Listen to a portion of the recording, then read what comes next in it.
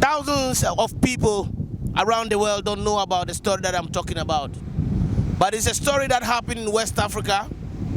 That is, we're taken from Ghana, Gambia, Senegal, Togo, Benin, Nigeria, and other parts of West African countries. There is a door, and the door is called the door of no return at the Cape Coast Castle. Meaning that when the slave master captured our people to take them to America, Brazil, England, and all other parts of Europe, they said that they're not gonna come back anymore. But today, speaking from Ghana, statistics show that over 10,000 diasporians live in Ghana now. That is the ascendants of the people that have been captured from West Africa to America, to the Caribbean, to Brazil, to part of Europe. They have come back and they are living in Ghana. Today, my story is to try to find out how possible was that they were able to make it back from America to Africa. So, I am on the road and I'm gonna go find out and talk to diasporians living in Ghana.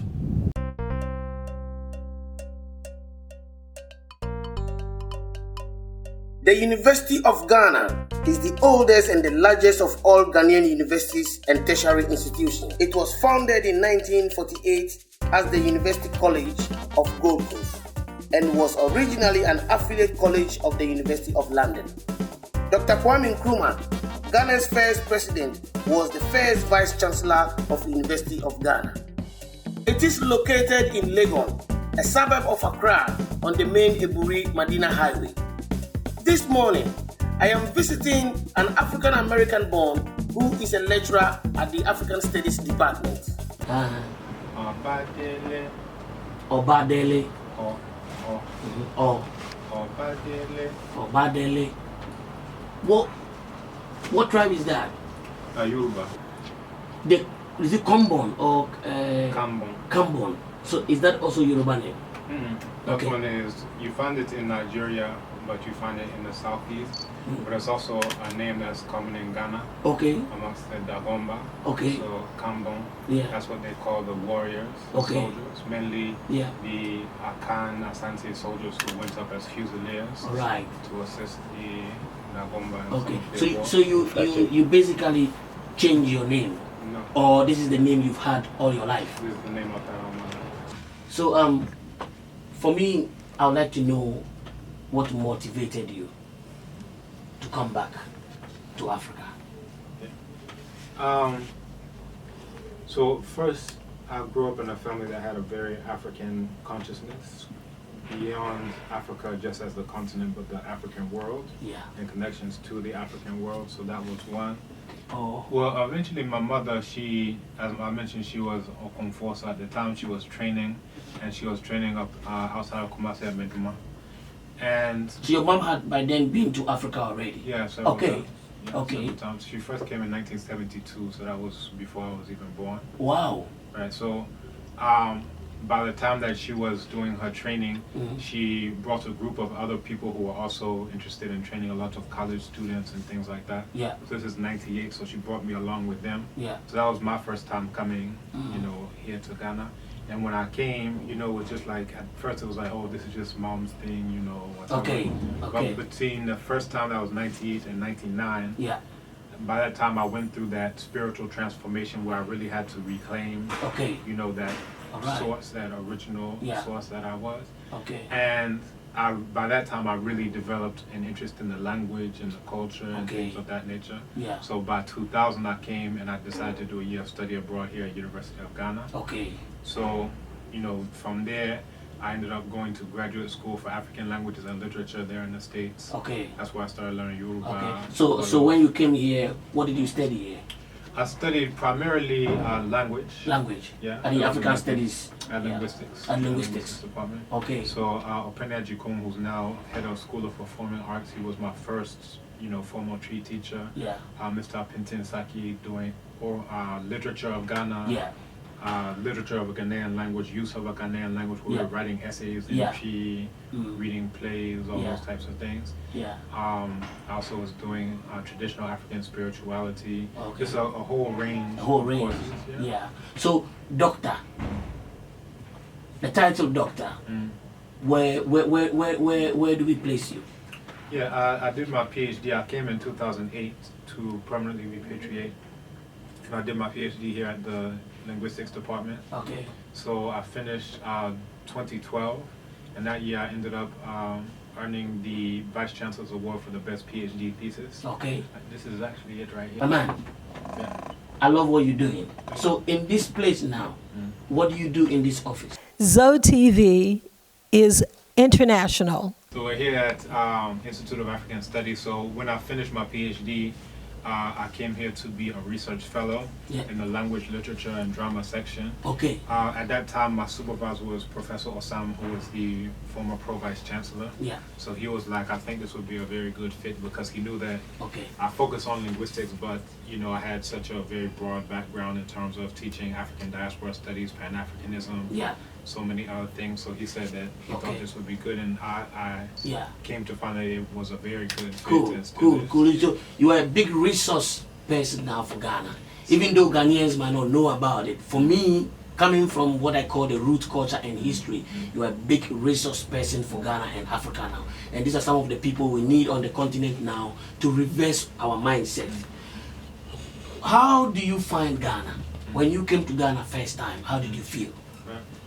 The very first time I came, like I said, I was kind of like, oh, this is mom's thing. But there were certain places that I went to, like going to the dungeons at Ogwa and Amamansa, where, I was like, this is, well, first being on the beach, on the shore, it was like, this is the most beautiful place.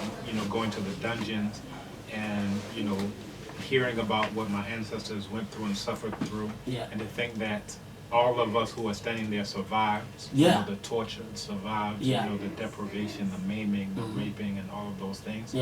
So, in that sense, those were empowering, types of narratives to hear. Also going to various akom, being, really immersed in the spiritual system and things of that nature. It was really transformative, and that's what I really credit for me reclaiming my African self and actually still being alive to this day. Because, if you are trying to immerse yourself in this Eurasian anti-African culture, you can only take that so far. Eventually, the self-destruction, the self-hatred will overtake you.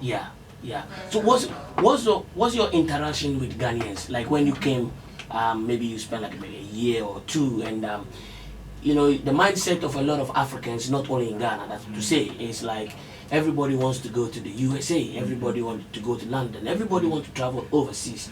And then here, our brothers and sisters, we watch their music videos and everything. You see Jay-Z, and then you see all the Snoop Dogg and stuff like that. And that image that they paint to Africa makes the African youth to think that black people in the West are having glory and heaven and everything is paradise. Then all of a sudden we have a man like yourself, okay, being in that system, and all of a sudden you said, you know what, I want to be in Africa. I want to reclaim my African ancestry, and I want to be part of it.